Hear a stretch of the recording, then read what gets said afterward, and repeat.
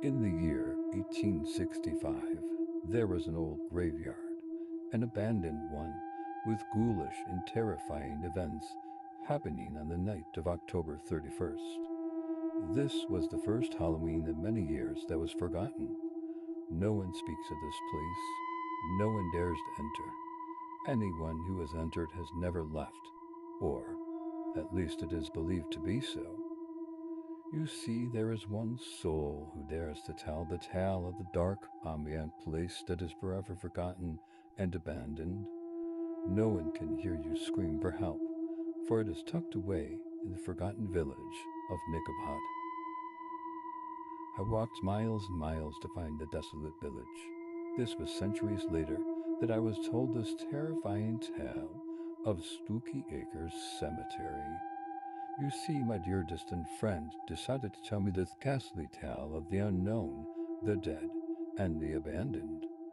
I didn't believe them, at least I didn't want to, for I knew that the very story would cause the hairs on my back to stand up, my palms sweat profusely, and my heart to start palpitating to the very rhythm of the ghostly sounds of Spooky Acres. I was a brave soul walking to that vacant village, which was once filled with villagers, bakers, blacksmiths, people drawn in the village with everything to do with Halloween. Sounds of children and laughter filled the air, with the ambient lighting and spooky undertones. These sounds and villagers have vanquished the village expeditiously without a trace. That Halloween night, the year of 1865, something dreadful happened. Something so terrifying no one publicly speaks of. A lost soul wanders the cemetery and haunts the mortals who dare enter its gates. Once you enter, you can hear in the distance a ghastly, ominous sound that comes from within. It engulfs you. It resonates to your soul. You feel goosebumps uplift your skin. You are a guest, delicately frozen in infernal fear.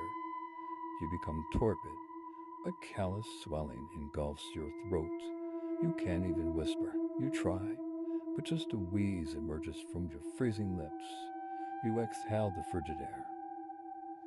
You gingerly tiptoe to the rustling leaves, the parting branches of hundreds of old trees, trees that can be seen from miles away. You gingerly walk past the first grave. It is fractured beyond repair.